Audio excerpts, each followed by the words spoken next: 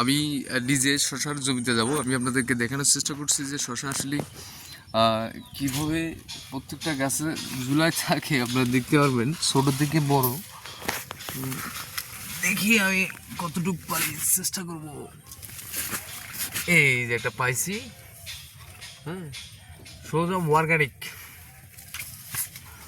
Organic যেটাকে organic বলা হয় আর কি, একবারে ভেজাল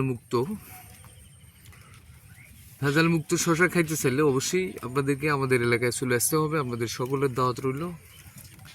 আর আমি আগে খেয়ে দেখি কি অবস্থা।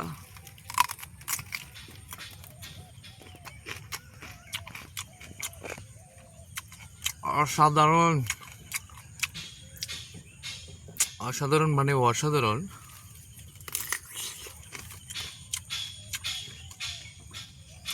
শশার যদিও বা কোনো স্বাদ নাই, মিষ্টি বা টক এরকম কোনো কিছু নাই, এটা পানির মতোই, কিন্তু তার থেকেও পানির থেকে যে একটা আলাদা স্বাদ অনুভব করা যায়, আমি সেটাই ফিল করতেছি।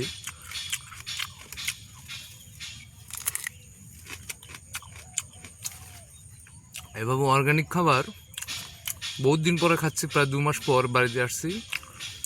সোজা বাড়িতে এসে আমার বাবার প্রজেক্ট, হ্যাঁ, ছোটো ছোটো প্রজেক্ট আছে, উনি নিজেও অর্গানিক আমাদের নিজের খাবার উৎপাদন করেন।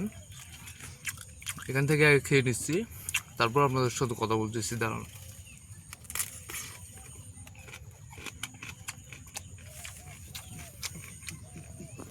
হ্যাঁ, কিন্তু এখানে একটা আছে, এটা বয়স হয়ে গেছে।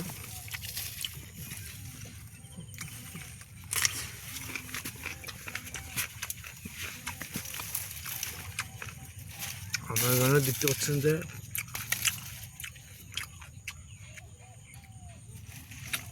এগুলো ছোটো ছোটো হয়েছে, বড় হয়নি এখনো, ছোটো। তো মজা কিন্তু ছোটোগুলো অবশ্যই।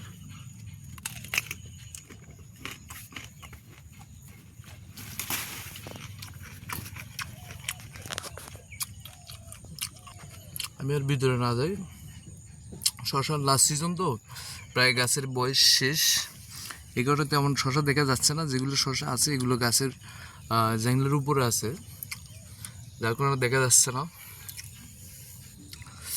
আজকের মতো বিদায় নিচ্ছি, ভালো থাকবেন, সুস্থ থাকবেন, খোদা হাফেজ।